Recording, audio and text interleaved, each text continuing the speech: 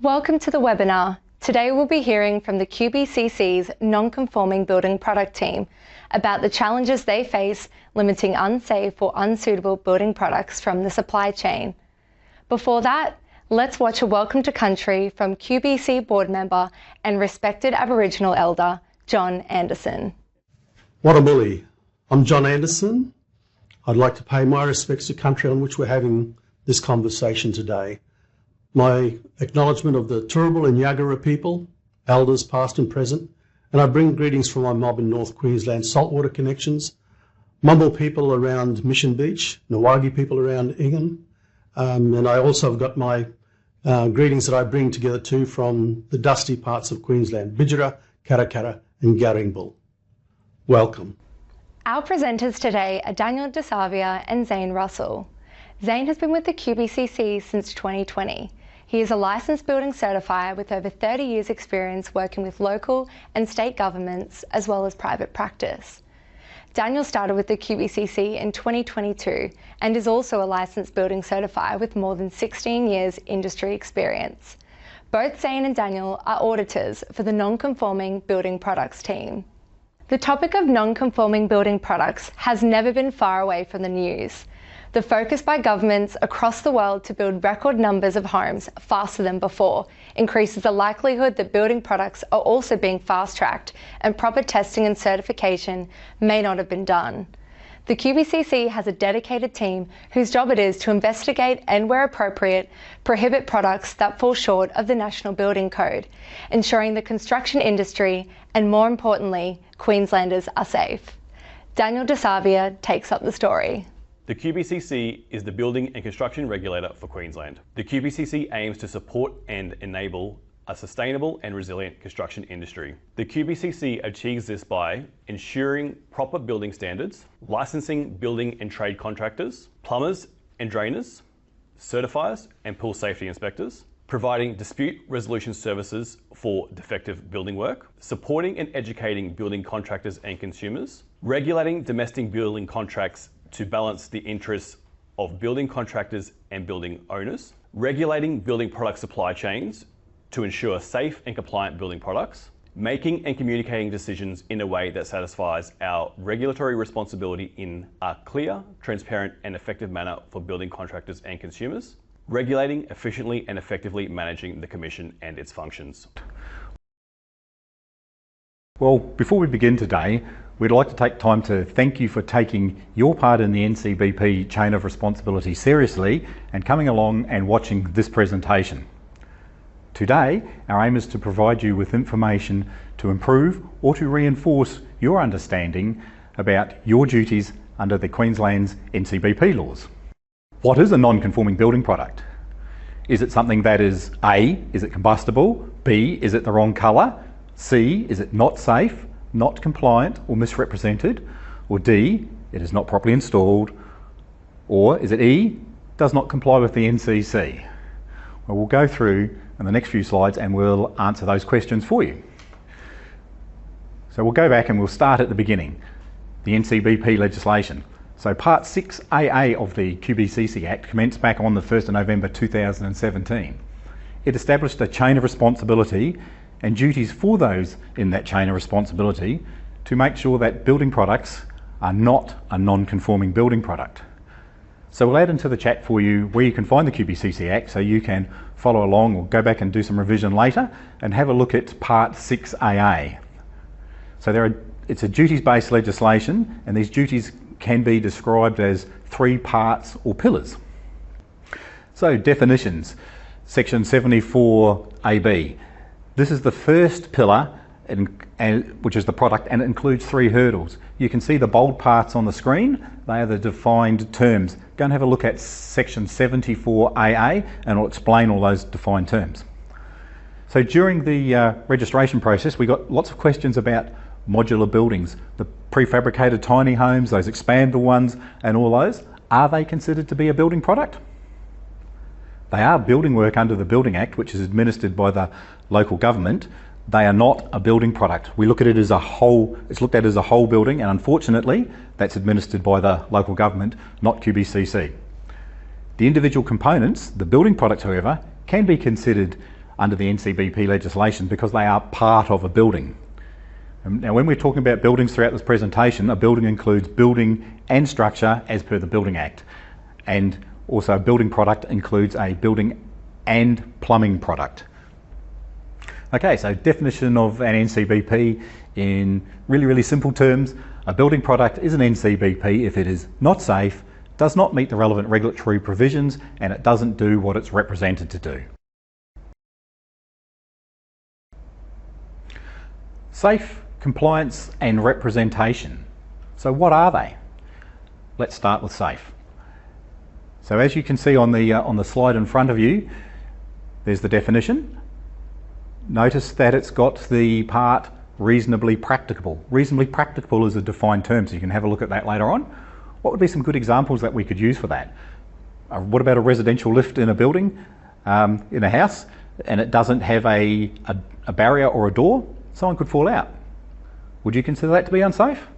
Another good example of safe would be stairs. So if you have a set of stairs and they comply with the NCC, the goings, the rises, the slip resistance, the handrails, the balustrades, if they all work, they don't stop someone from having a slip, trip or fall down the stairs. However, they are the benchmark to what society accepts as an acceptable level of risk. So one of the questions we're asked during the registration is, what products are high risk? Well, as an engineer, you'd need to use your professional judgment, because all building products are subject to the same legislation, and all persons in the chain of responsibility have a positive duty to make sure that they're not dealing with an NCBP. So you just need to do a risk assessment and look at what you're dealing with. So compliance, that's compliance with the relevant regulatory provisions. So what are the relevant regulatory provisions? For building work, that comes from the Building Act from Section 30, which gives us the building assessment provisions, and that's what links in the Building Code of Australia and the QDC. For plumbing work under the Plumbing and Drainage Acts, that's Section 9, which gives us the code requirements, and that provides us the Plumbing Code of Australia. And just as a quick side note, Section 65 when they're only installing products which need to be a watermark thing. So what would be a couple of examples? Well, using NCC 2022, we could look at A5, G5, fire resistance of building elements for the DTS provisions, and they are determined as per specifications 1 and 2, i.e. the fire testing for a fire separating wall, your dividing wall between the units. So my colleagues are just going to throw a couple of links in the chat now. They're going to put in the information so you can find where the Building Act is, the Plumbing and Drainage Act, and the NCC volumes 1 and 2, so your housing, commercial and your plumbing. So question we get asked about is fire rated products. A specific product was actually asked and asked, why is this not an NCBP? So rather than answer that, I'll use a different product family to try and explain that. So think of cladding. The ACP and the polystyrene panels, you can use them in a Type C building or a Class 1 and 2, but you can't use them in a high-rise commercial building. So representation. You can see the definition on the slide there. Let's use a couple of examples. So when we say representation, how it gets brought to us is as a misrepresentation. So an example might be vinyl plank flooring being represented as being suitable for wet areas. However, it is not suitable for wet areas because it wouldn't meet the standard AS 3740 due to not being a sheet material with sealed joints. Another example of a misrepresentation could be a mild steel galvanised brick lintel, which would be a 600 GSM with an R3 rating, and they represent it as suitable for less than a kilometre from a surf beach, and noting that up to about mid-2024 there were only mild steel lintels available that galvanised, nothing else above R3. However, that would not meet the required standard 2699 Part 3, as within a kilometre of a surf beach it would require to be an R4 or a duplex coated, which is the mild steel galvanised and something else, or an appropriate 316 stainless. So that would be a misrepresentation. Note that representing compliance with the relevant regulatory provisions, i.e. the NCC or a relevant standard called up in the NCC, when it doesn't meet them is a separate offence. Go and have a look at section 74 AK. A couple of examples for that could be a plumbing product that they say, here you can install this plumbing product and it doesn't have watermark because it requires watermark. Another example could be glazing, where they go, you can use this glass in the childcare centre and it's not safety glass, or using it in a high-rise window and it's not heat soaked. Okay, duties and information. So who is in the chain of responsibility? That is a person who, in relation to the product, designs the product, imports the product, manufactures or supplies. It also includes a person who installs the product. Now, people ask us a lot of questions about importers. Importers are a person in the chain of responsibility, as we just said. However, they also have controls imposed on them by the Australian Border Force. An example of that might be asbestos. Asbestos can't be brought into the country, it's banned at the border through the ABS legislation. Even though that's not part of the NCBP legislation, you can see a parallel because asbestos is not safe. So you'd be looking at it, if a building product contained asbestos, you'd be looking at the safe part of it. Okay, so who else is in the chain of responsibility?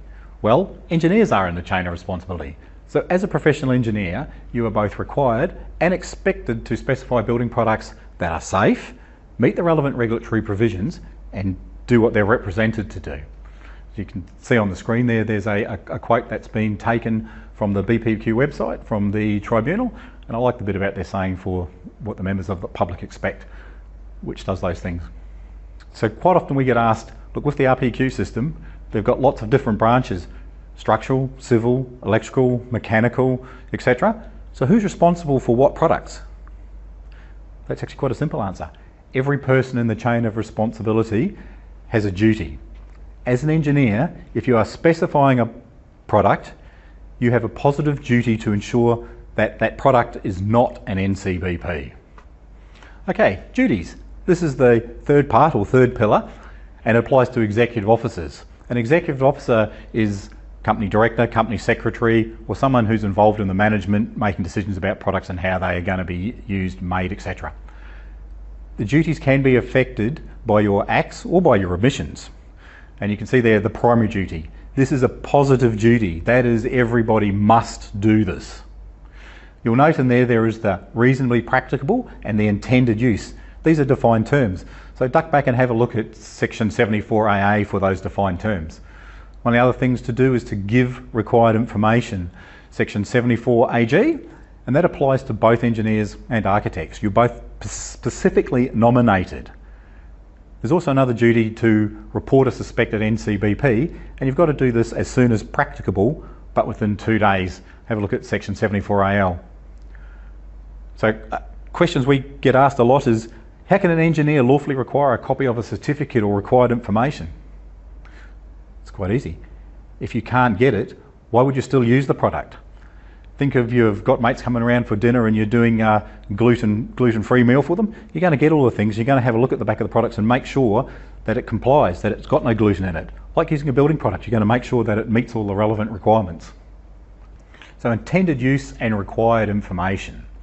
This is the second pillar or part for information. The intended use and required information parts go hand in hand for the limitations and condition of use. For example, internal lining used outside on an external wall exposed to the weather. That's not an NCBP, as it's not used for its intended use.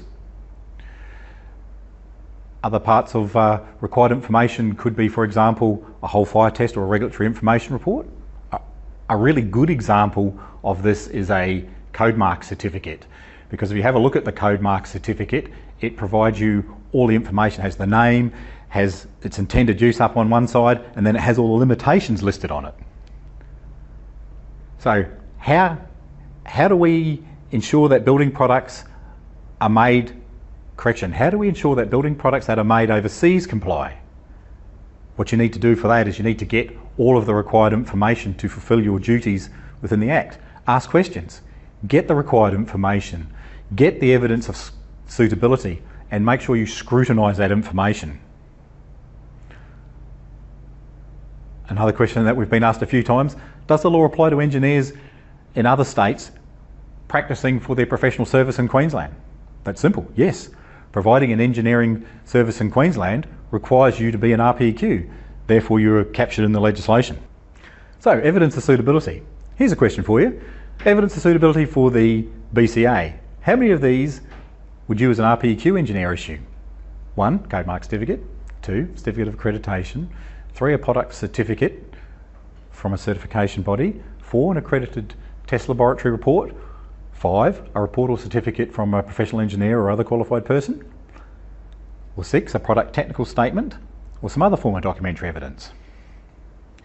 Now, all these forms of evidence suitability are used for both deemed to satisfy and a performance solution. We'll just go through and speak to a couple of the different examples. So the the code mark certificate of conformity that we spoke about before is the highest level of standard for that. And in Queensland, it's mandatory acceptance under section 78 of the building regs. There's a certificate of accreditation. Now, I've generally only seen those recently from the Victorian government under the BRAC scheme. We don't have those up here in Queensland that I've seen recently. There's a certificate by a certification body. Now that's a JASANS accredited body. And some of those examples that you may deal with engineers could be things that have the standards mark. I've seen that on the glass windows. I've seen it on other glass products. I've seen it on the safety brackets that go on the roof for the roof safety anchors. There's CSI pass mark.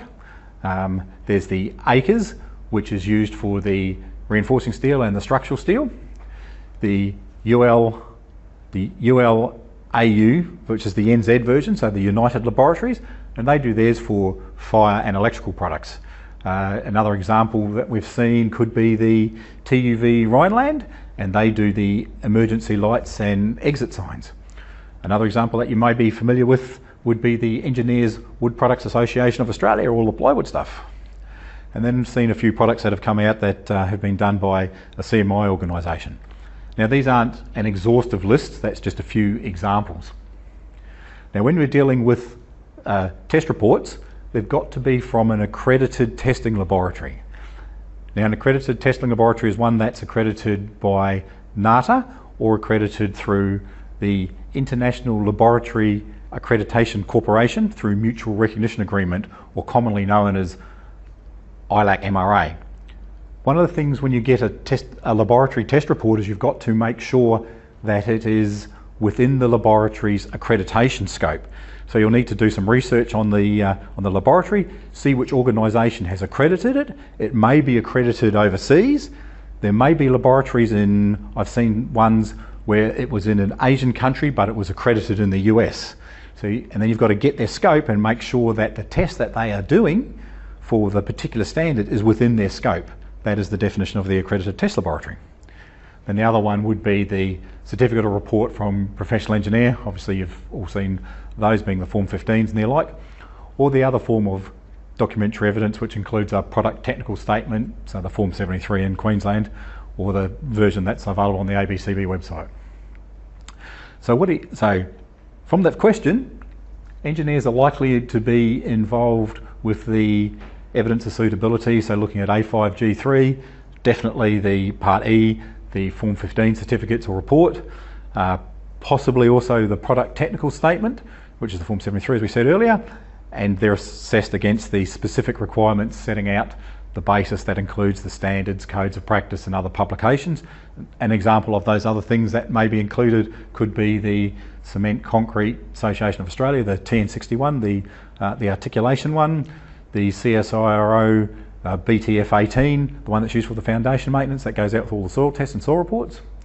Or you could be referring to, if you're doing timber things, and especially when you're looking at the durability for the uses, the Department of Ag and Fisheries, the Construction Timbers in Queensland, which is a NCC reference document. So where do you find this sort of information? And which one you would use and which one would be the higher order, so that you know when you're looking at building products that you're going to satisfy the relevant regulatory requirements?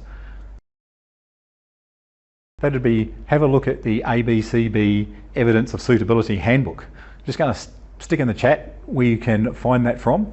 Just make sure that you're getting the latest one, which is a September 2024 one. Now in the handbook, have a look for figure 4.1. It looks like an A3 size if the rest of it's all A4. It's the decision flow chart, and following through that will give you some good guidance. Now we note for plumbing and drainage work under NCC Volume 3, so we look at A5G4, in really simple terms, the watermark scheme must be satisfied. So you're either listed on the schedule of products or you're listed on the schedule of excluded products. And if it's in contact with drinking water, then they need the AS/NZS 4020 test, and there are also lead-free requirements that are coming in, and the schedules tell you those requirements. So one of the other questions that we get asked is, how do we as engineers influence the use of conforming materials and ensure that non-compliant materials are ruled out expediently? That's easy, by discharging your duties within the NCBP legislation. Another question is a product technical statement sufficient? Unfortunately, you're going to like this answer. That's a case-by-case thing that needs to be looked at. The product technical statement may be sufficient if it covers, when it's referencing all the right reports. You have to look at those reports and see, are they okay? Quite often we get asked, imported materials. Are there testing authorities abroad that may be relied on for the certification or verification? For example, steel, windows. So have a look at, remember as we spoke before, you would be looking at things like the ACRES, the third-party certification. So they follow it through the whole chain. If you're getting a laboratory test report, make sure that it's one of the ones that, if it's not NATA accredited in Australia, that it's ILAC MRA, and remember to have a look at the scope of accreditation and make sure that it fits within that. Case scenarios. Okay, so before we move into the case scenarios, please note that we can't give out any specific details about any case, and we've tried to use generic terminology so that we don't identify any participants. So case scenario 1. So the first one's about a shed cyclonic upgrade kit. So the shed was made from cold form steel members, and so was the upgrade part. And the part we looked at was the add-in upgrade bit.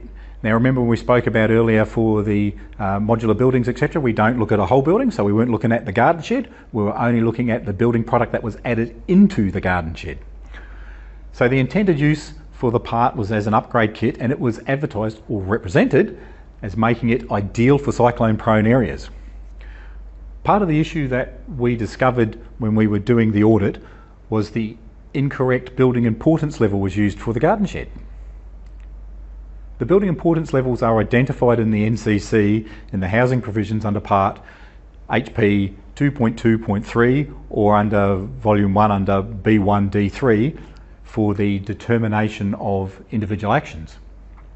It is important to note that these set the design events, and they are an NCC matter, as it is not like a standard, say the AS/NZS 1170 suite or 1720 for doing the timber. I'll say that again, they are an NCC matter. It's not the part that requires professional engineering judgment, like using the standards. So the performance requirement for structural under H1P1 includes the terminology avoid causing damage to other properties. And other properties includes any building, that's any building, on the same or an adjoining allotment. And the building importance level 2 is applicable for this, which is different to Appendix F of 1170 Part 2. And if you're having a look at that standard, that's because when you read the appendix, it says you use this when the NCC doesn't apply. The NCC applies to all building work, so you're not going to be using it if it's covered by the Building Act. Now, sheds and houses, particularly when they're in a built-up urban area or a semi-urban environment, they are not isolated. Therefore, the shed in the backyard with the incorrect upgrade kit, if it blew away, does not present a low degree of hazard to human life or other property, as it would be required to do if it was of building importance level 1.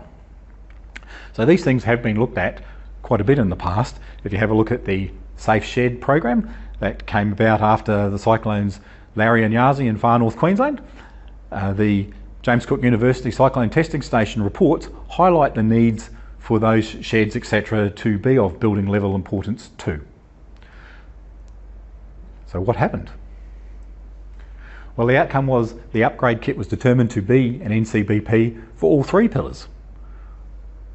It was taken off the market voluntarily, and the under-designed product certification was referred by one of our other teams to the Board of Engineers. Now, what did we do this example? Well, remember the SAFE definition. That is, all risks of injury to a person have not been removed because it could blow away and damage property or other people or other property. Now remember, it's not necessarily with that definition of so far as reasonably practical, it is not where it is not reasonably practicable to remove a risk of injury to a person, the risk has not been minimised so far as reasonably practical, and that was the case here. They hadn't minimised the risk because the incorrect importance level was used. Now, while we're talking about rectification of things, not all things that are possible NCBPs have a punitive action. Some things get remedied. For example, there might be windows that have been done and they were represented to be okay for the particular site, but the site didn't have the appropriate information, as in it was used for, it's exposed, and they used a non-exposed window, so when the wind blows in, the weather gets in. So if the supporting data was, or the supporting data correction, or it didn't have correct supporting data for, say, a performance solution. So if you're looking for the information about the non-conforming building products gear for that, you can see that on the link that we're putting in the chat now. Our second case scenario, composite decking. So this product was made of a wood flour and glues to create a composite wood plastic material. It was represented to be capable of performing in a certain way and to not split, as well as being long lasting, and was warranted for 10 years when used in residential use. What happened? Well, it didn't perform. It split and cracked, and that was in less than 6 years and 6 months. And it was brought to the NCBP team's attention from our QBCC building inspectors. It was also noted that there was a young person that actually put their foot through one of the decking. Now, for this decking type board, it could be used, as you saw in the photos there, on ground, or it could be used at a higher elevation, or around the pools is quite common as well. So what was the outcome? Well, the outcome for us was that it was an NCBP, and it was NCBP for all 3 pillars. It was not safe, did not comply with the relevant regulatory provisions, and it was misrepresented. That was because there was no performance solution and no supporting evidence of suitability was provided. Now, so what do we do for things like that? Well, for this particular product, it triggered a public warning that was published on the Commission's website, so you can have a look on the website under the NCBP section and you can see that one. It was done back in August 2024. Now, as far as lists, we don't publish any lists of non-conforming building products, except if it has a ministerial recall, a ministerial warning, or there is an undertaking done. So my colleagues will put in the chat for us there a link to the website that'll send you to some of our fact sheets, and you can see a fact sheet on the wood plastic composite products and tells you the sort of things to look for and the questions to ask. The fact sheets can be found under the technical guides in the link that's been put in the chat, or the QR code. So quite often we get asked, why is there not a list of non-conforming building products? And the reason for that is people can, remember we explained before for some of the other things, people could fix it up. It could be as simple as they've made an error and they go and remedy that error, or it didn't have some supporting paperwork, like it didn't have enough information to support a performance solution, and they go away and get that addressed. So we'll move into our third case scenario, which is glass balustrades. So for this example, this was on a high-rise building, and the heat soaking requirements for monolithic glass when used over 5 metres above the level below is the issue. It was raised through the local government, and they expressed concerns that the number of breakages that were occurring on the site were larger than would be expected. If we have a look at AS 1288, it calls up parts of a European standard EN 14179-1, and it calls up parts of it. And in there, it includes a part about the level of residual risk. which they give as 1 break per 400 tonne for heat soak glass. Now, notice that they don't say that it's completely safe. This is similar to if the risk can't be removed, it is reduced as far as reasonably practicable. So if they go through the heat soak process, yes, the stuff's still going to break, but it's been reduced as far as reasonably practicable. So what happened? Well, we found this one to be an NCBP, to be non-compliant and unsafe. And the reason for that was there was no satisfactory evidence provided for the heat soaking, and that was around the calibration of the oven. We investigated certificates that we were given and went a little bit deeper than some people go when they just get given a certificate from the manufacturers, it's heat soaked. So that's when we say interrogate your certificates. There was also safety glazing to NZS 2208 for one of the several types of glass that was used that wasn't correct. It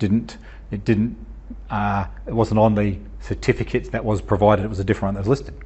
So what was the outcome? Well, replacement of part of the glazing was the solution that was proposed by a person in the chain of responsibility. Interestingly, I wouldn't like to do that for a high-rise building. So I mentioned the fact sheets earlier. So you can see we've got a slide up there that's going to have where the fact sheets can be found on the QBCC website. They're found under our technical guides. So there's a QR code that you can scan as well. So what happens if you suspect that you have an NCBP or you become aware of something that might be an NCBP? So the link and the QR code's being posted so you can have a look. That takes you to the part that is your responsibilities with NCBP on the QBCC website. Just remember, look for that person in the mask. My friend who's the architect is hiding. Okay, what else do we need today? So you can see on the screen there, there'll be a list of all the different things that we would want to know. The more information you can give us, the better. If you give us information about the product and why you believe that it is an NCBP, that would be very helpful for us. A lot of the questions we get asked around it is there national NCBP laws? Will Queensland NCBP laws apply in other states and territories? The answer for that one is the NCBP laws are in Queensland only at the moment, and they were, as we said at the start, introduced through our legislation back in November 2017. We are currently the only state fighting the fight with that for now. However, New South Wales have passed legislation and it will have passed legislation through both houses, and it will start on their laws soon.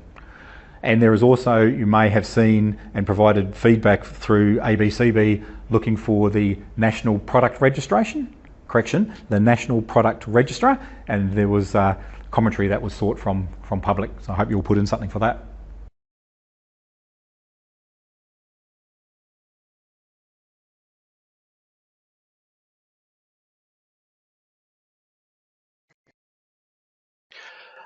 Thank you, Zane, and thank you, everyone. I hope you all got something out of this webinar today and hopefully learned something new. I hope the role and the duty of an engineer in a chain of responsibility has been made a little clearer for you as well.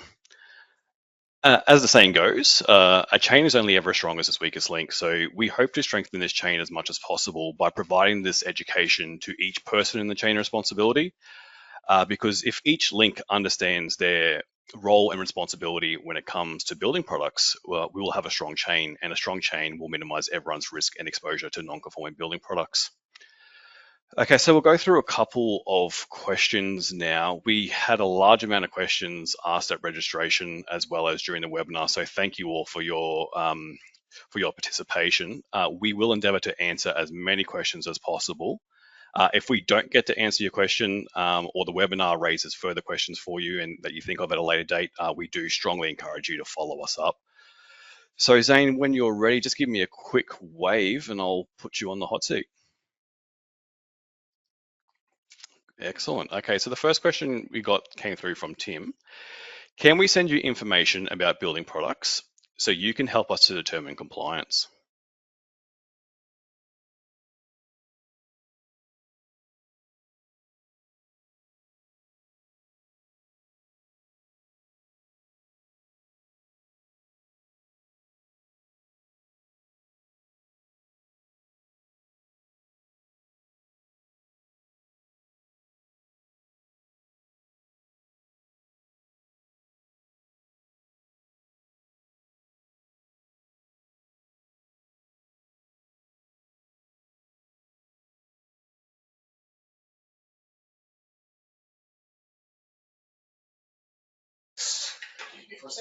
Sorry guys, just a quick technical glitch. We're just trying to get a fix. Just give us 2 seconds.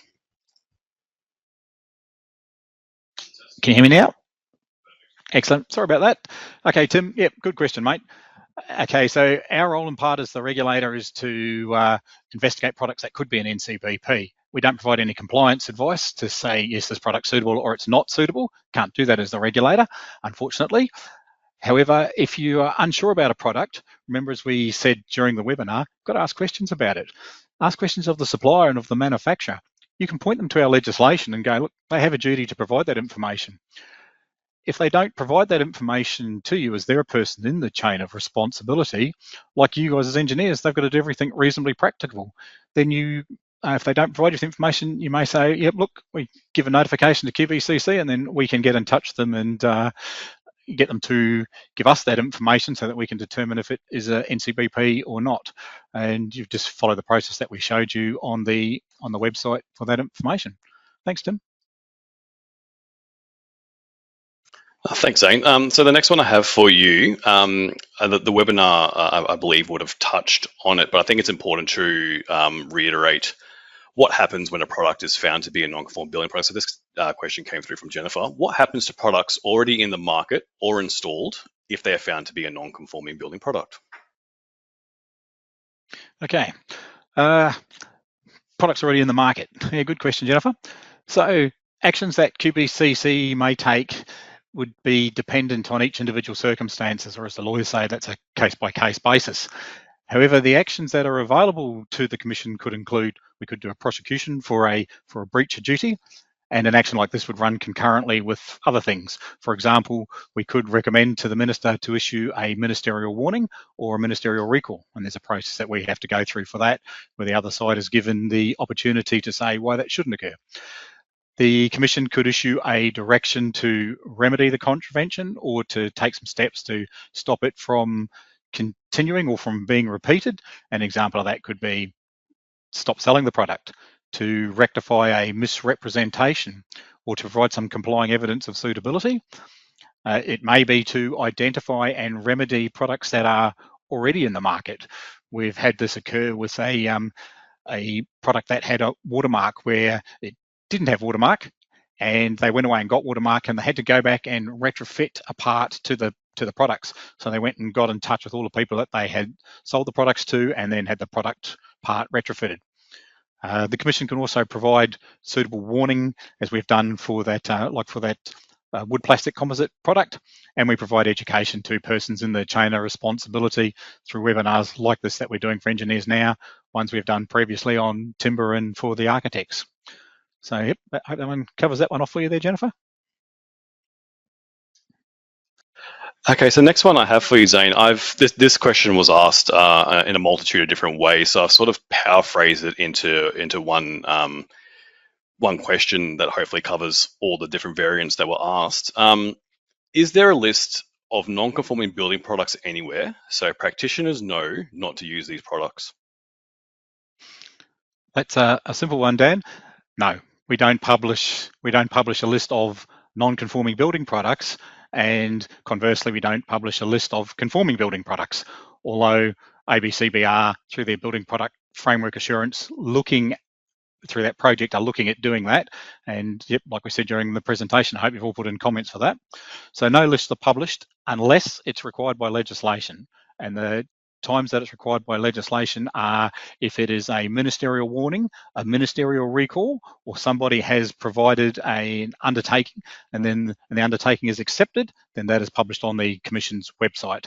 And if it's a warning or recall, then they're published in the newspapers, because obviously that's going to be something that's not a good thing and the public needs to be made aware of that. For all the other sort of cases, the Commission's powers are aimed at remedying a contravention. And that doesn't necessarily mean that if there's a determination that the product is an NCBP, that it's going to be published, as the cause of the NCBP could be rectified and the product could be remaining conforming for other uses. For example, you could have a roof sheeting that's being sold, might be a new material that's come out, and they've only had it tested and approved for use in non-cyclonic areas, but they're selling it in places up in Townsville and Cairns. but it would be able to be sold out in Charters Towers and Mount Isa, etc. once you're out of the cyclonic area, a little bit further once the Region B part comes in. Now, what we might do there is we might require them at the point of sale to provide some additional information to say this product is only suitable for a non-cyclonic area. So, and then would remain as not a non-conforming building product for non-cyclonic areas. So this regulatory action would then fix up the breach duty in balance with other conforming uses of the building product.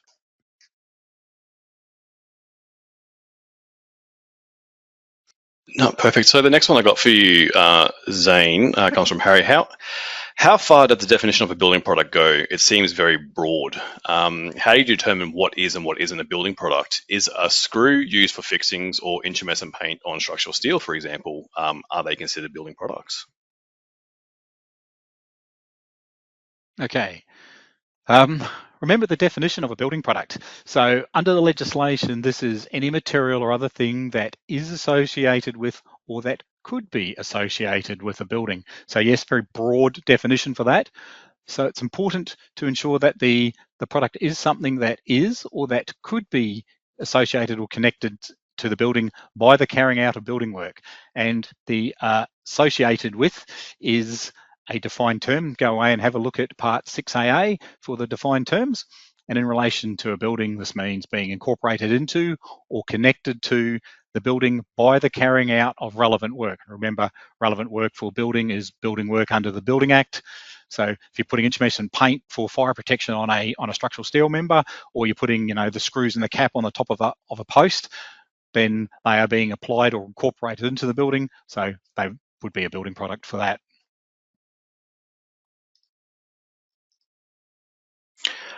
Okay, so the next one I have for you, Zane, from a proactive standpoint, do you review and search all the new products that are coming onto the market? Okay, so do we review and research all the products that are coming onto the market? Unfortunately, we don't have enough people to do that. So no, we don't look at every new product that's coming onto the market. We rely on persons in the chain of responsibility understanding the legislation. Remember, everybody in the chain of responsibility has a positive duty to make sure that building products that they import, that they manufacture, supply, and install are not a non-conforming building product. And they can do this by asking the right questions and getting the information, getting the evidence of suitability. Then if they are still suspicious that the product is a potential non-conforming building product, then they need to give us a notification and give us information about it, as we put in the presentation there, and there was a link in the chat, because the legislation puts the responsibility on manufacturers and suppliers and importers to make sure they're not providing non-conforming building products. Remember that chain analogy that Dan spoke about, for a chain being only as strong as the weakest link? So we've all got to work together so that we can remove nasty products and they can get filtered out of the market. We've got to say no to some of these.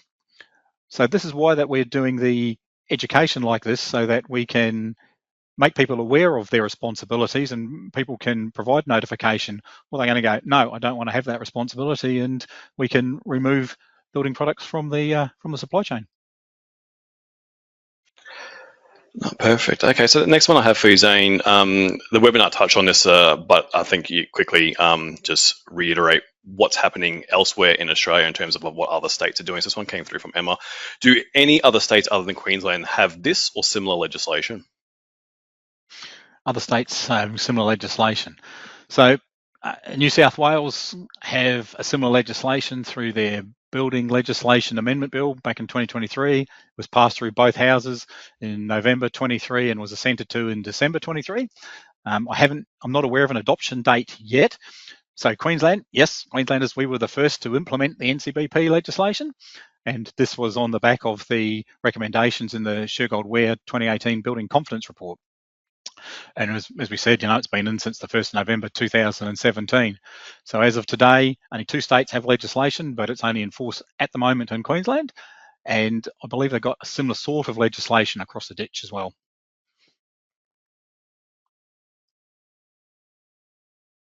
Thanks, Zane. So the next question was asked a number of times in the registration. I'm going out on a limb and assuming it may have come from an electrical engineer, but I've sort of put these two together.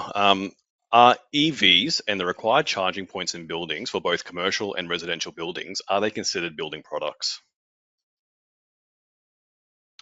Okay, EVs.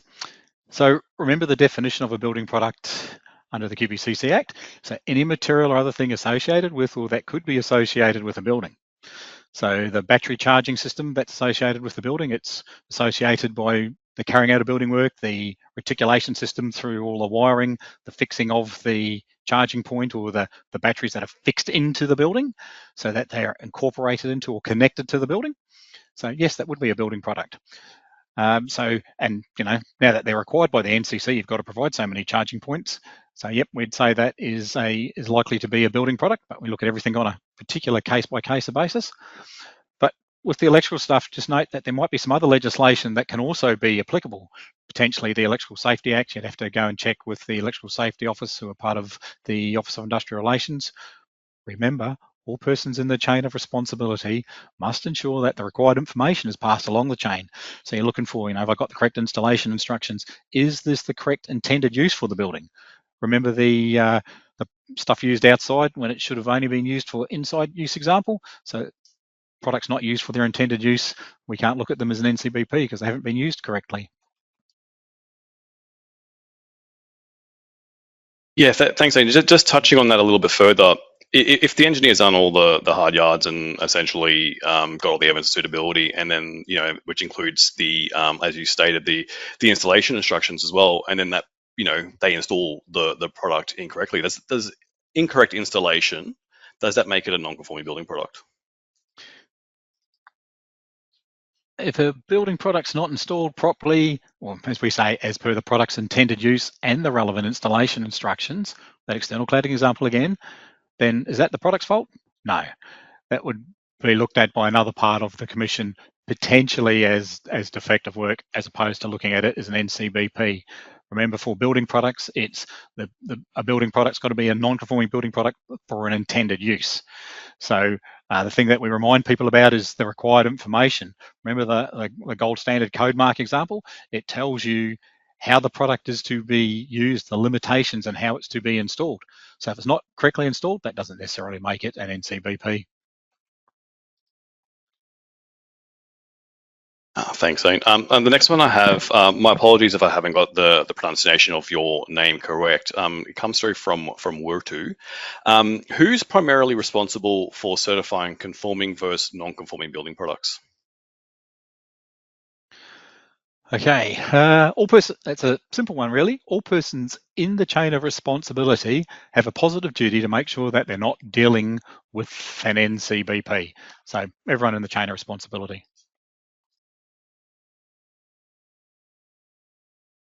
Back to you, Dan. Yep, thanks. The next question comes through from David. Who is responsible for the purchase of compliant building products? Is it the developer, the builder, the subcontractor, the installer? Whose responsibility is it? The responsibility for when you're purchasing products to make sure that they're compliant products, once again, all persons in the chain of responsibility have that positive duty. So obviously the builder and the subcontractor and the worker or the person physically installing it, they're in the chain of responsibility, so they have that duty. Developer, depends if they are also in the chain of responsibility.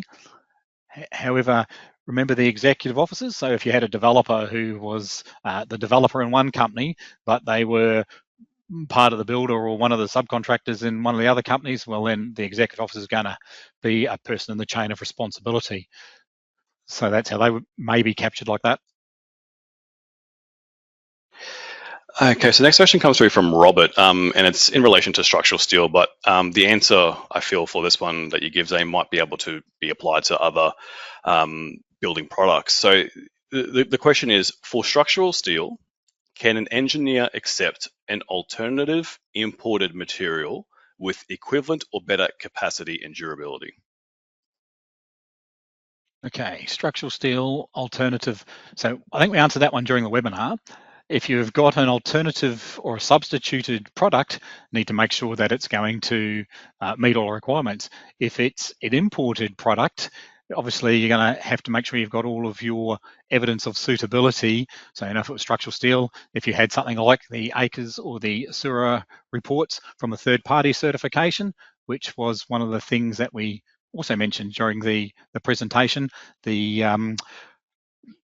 ABCB with the product assurance framework, with the likely recommendation of that being mandatory. So, make sure you've got your evidence of suitability, and the third party certification is a really good way to go. If you can't get it, then don't specify it or don't allow for that product to be used.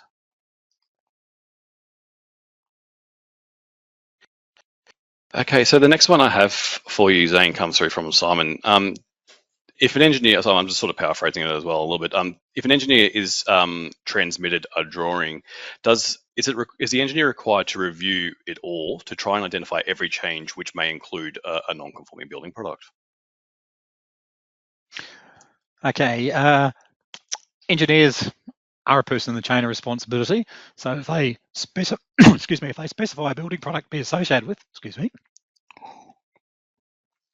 if they specify that a building product be associated with a building, i.e. they've put it on the drawing, and then it gets substituted, and someone gives them a different product to use just by the transmission, that could be that they're specifying the product. So before they transmit the drawing, they would need to make sure that all the products that they specify are not a non-conforming building product. Remember the primary duty, make sure that all building products are not a non-conforming building product. Oh, thanks. I'll let you catch your breath a little bit there. Before I fire away the next one, this one comes through from Mohammed. So, what sources or tools are available to help identify non-conforming building products before they are installed? Okay, what tools or resources? So, the best things you can do would be your own checklist. So you're doing self-checks, you're asking questions, you're making sure that you get the right information, that you're getting that evidence of suitability. Make sure that you're doing your own due diligence and obviously documenting it. As an engineer, you're going to need to use your own professional judgment prior to specifying or checking a building product. You're going to have to remember, do what is reasonably practicable. And for John Citizen compared to a professional, for example, engineers, an architect, self as a building certifier, this threshold is obviously going to be different because we're supposed to know better. So do your own due diligence and ask a lot of questions.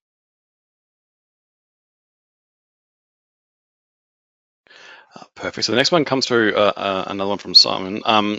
When does a prefabricated building element, for example, a wall frame, roof truss, or floor cassette, when does that become defined as a building product? Okay, a wall frame or a truss or something like that, when does it be a building product? So each part of that building element is a building product of itself. So the nail plate or the stick of timber, that's part of the truss, or the steel web, that's part of the floor truss. They are all building products of themselves. So they have to make sure that they are not a non-conforming building product. However, the truss or floor cassette also, it's not a whole building, as we spoke about and answered in the questions before for the tiny buildings. It's not a whole building. So yes, the truss would be a building product.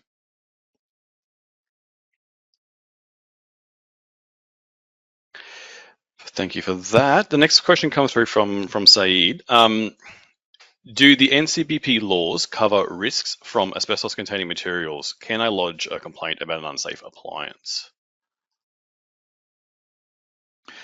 Okay, well, thanks, Saeed. Complaints to the NCBP team can only be made in relation to a building product. So the first question we have to ask is it a building product? Or is the appliance an appliance like a kettle? A kettle wouldn't be a building product. So, and remember what we said earlier during the presentation, asbestos also has border control rules. I can see another question that we've been asked a few times that's popped up in the chat there that says, are building certifiers part of the chain of responsibility? That's a simple answer. No, a building certifier is not part of the chain of responsibility, but building certifiers have other responsibilities under the Building Act. And remember, they have to act in the public interest as well. Back to you, Dan.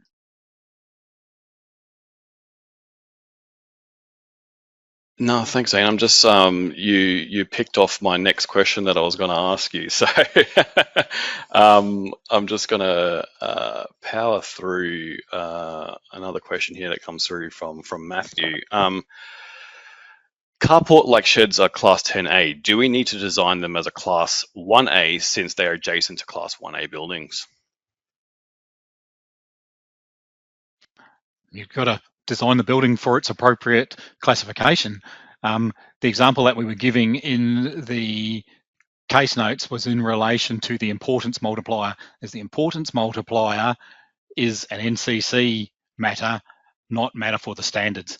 So you've got to do it as per its correct classification. Yep, back to you, Dan.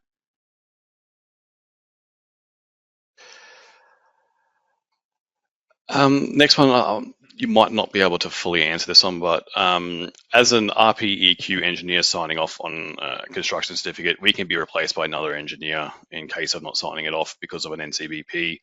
Builders can replace their engineers without limitation.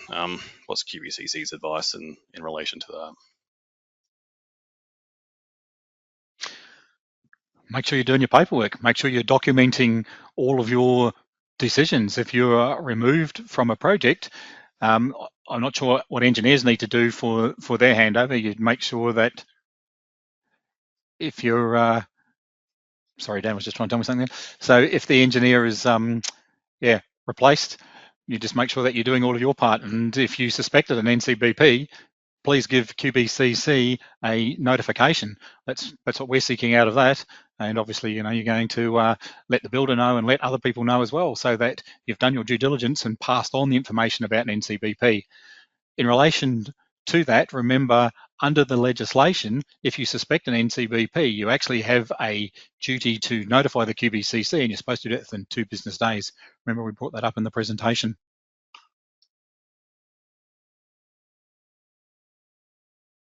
Thanks, Zane. I think we've got time for one more, so I'm going to pull it, see what I can find for you. So this one's come through. So some products like flooring get installed after the main structure. As an engineer, am I responsible for the material installation of flooring? If not, who is? I'll answer the general part of that first. All persons in the chain of responsibility have a duty to make sure that the building products are not a non-conforming building product. So whoever's supplying the building products and making them or importing them has to make sure that they are, and so does the installer installing it. In relation to the flooring, as an engineer, and this also applies to the architects, it's if you have to specify the building product and the building product is associated with the building. So as the engineer, did you specify the flooring, or was that someone else? If you didn't specify the flooring, then you are not part of the chain of responsibility for that product, but there will be other people that are associated with the building or the supply or manufacture of the product that could be part of the chain of responsibility for that particular item.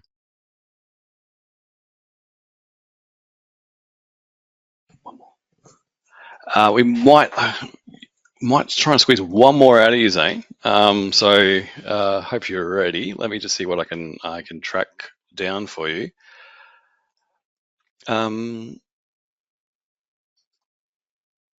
Yeah, so this is actually a good question. Comes from James, and it's a carry on from what you just answered. But I feel if we are an association, if we as an association are made aware of a potential non-conforming building product but aren't directly involved in the project, how can it be reported? Anyone could report a suspected non-conforming building product. You don't just have to be in the chain of responsibility. A building certifier, as an example, is going to have quite a wealth of knowledge, and they might see a product and suspect that it's a non-conforming building product and provide a notification. An owner or someone else might find a product, and they may be someone that's an expert in the manufacture or the supply of a particular type of product, and they may know a lot more information about it than, say, the builder or or someone else on site does. So anyone can make a notification, and there is a separate form for doing that, and they can just email it to us at the email address that we've popped in the chat previously. Zane Russell and Daniel DeSavia presenting. If you suspect a building product may not conform with the National Building Code, you can contact the team either through our contact centre on 139333, the feedback and inquiries page on our website, or email ncbp@qbcc.qld.gov.au. To be notified of upcoming webinars and events, follow us on social media.